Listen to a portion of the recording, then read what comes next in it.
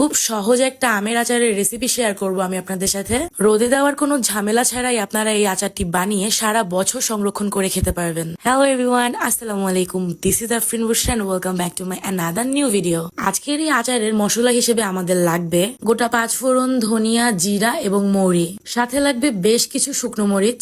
সবকিছুই আমি এখানে 2 চা চামচ করে নিয়েছি। এখানে আরো ছিল 3 চা চামচ সরিষা, যা আমি ভিনেগার দিয়ে বেটে নিব।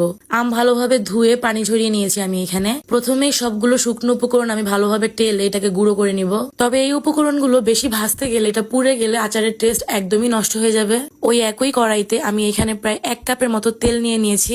আচারে কিন্তু সরিষার তেল ব্যতীত অন্য কোনো তেল ব্যবহার করা যাবে না। যেহেতু আমি এখানে 3 কেজির মতো আম নিয়েছি, তাই আমি এখানে প্রায় 1 কাপের মতো তেল নিয়ে নিলাম। এখন আমি এই গরম তেলে বেশ কিছুটা গোটা 5 ফোড়ন দিয়ে দিব। কিছু শুকনো মরিচকে আমি মাঝ বরাবর ফালি করে এখানে দিয়ে দিচ্ছি। এটা মূলত যে যতটুকু ঝাল খেতে পারে তার উপর নির্ভর করে দিবে। আমি এখানে ছিটকি মরিচ ব্যবহার করছি। গোটা সরিষার সাথে আমি বেশ কিছু ছিটকি মরিচ এখানে ব্লেন্ডার করে নিয়েছিলাম। তারপরে গুঁড়ো করা শুকনা মশলাটা আমি এখানে অল্প অল্প করে বেশ খানিকটা দিয়ে দিব। আপনারা চেষ্টা করবেন আচারটাকে নাড়ার জন্য একটা কাঠের খুন্তি ব্যবহার করতে। আমার বেটে রাখা সরিষা আর শুকনা মরিচটাও আমি এখানে অল্প অল্প করে দিয়ে দিব। খেয়াল রাখতে হবে কোনোভাবেই যেন এই মশলাটা পুড়ে না যায়। কিছুক্ষণ এই তেলের সাথে ভালোভাবে মিশিয়ে এখন আমি আমার আমটা দিয়ে দিব। যেহেতু আমি আমের এখানে ভর্তা আচার বানাবো, তাই আমটাকে আমি পাতলা পাতলা করে কেটে নিয়েছি। নিচের মশলাটা যেন পুড়ে না যায়, সেজন্য আমটাকে ভালোভাবে মশলার সাথে মিক্স করে নিতে হবে। আমি এ নিয়ে আমার জীবনে 2 বার আচার বানালাম। আমার আম্মু প্রতি বছর প্রত্যেকটা সিজনে বিভিন্ন ধরনের আচার বানাতো। আম্মু যখনই আচার বানাতো তখন পুরো ঘর যেন আচারের গন্ধে মো মো করতো। এখন আমি এখানে 1 চা চামচ করে আদা বাটা এবং 1 চা চামচ রসুন বাটা দিয়ে নিলাম। যেহেতু আচারটাকে আমি ভাত দিয়ে খাবো, সেজন্য আচারটাকে আমি একটু টক টক রাখতে চাচ্ছি।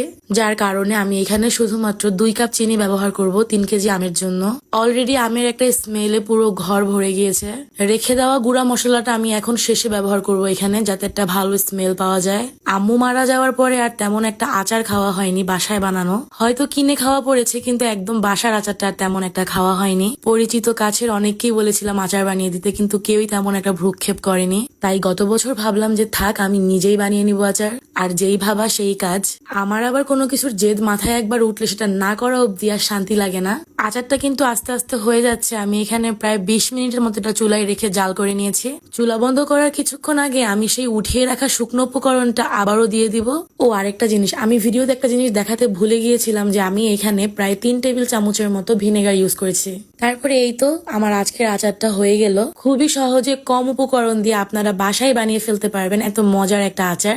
এই আচারটাকে কিন্তু আপনাদের কাচের বয়মে রেখে সংরক্ষণ করতে হবে। বাহিরের অস্বাস্থ্যকর আচার না খাওয়ার চেয়ে বাসায় বানিয়ে আচার আপনারা সারা বছর এভাবে খেতে পারবেন। আজকের ভিডিও এই পর্যন্তই। আল্লাহ হাফিজ এভরিওয়ান।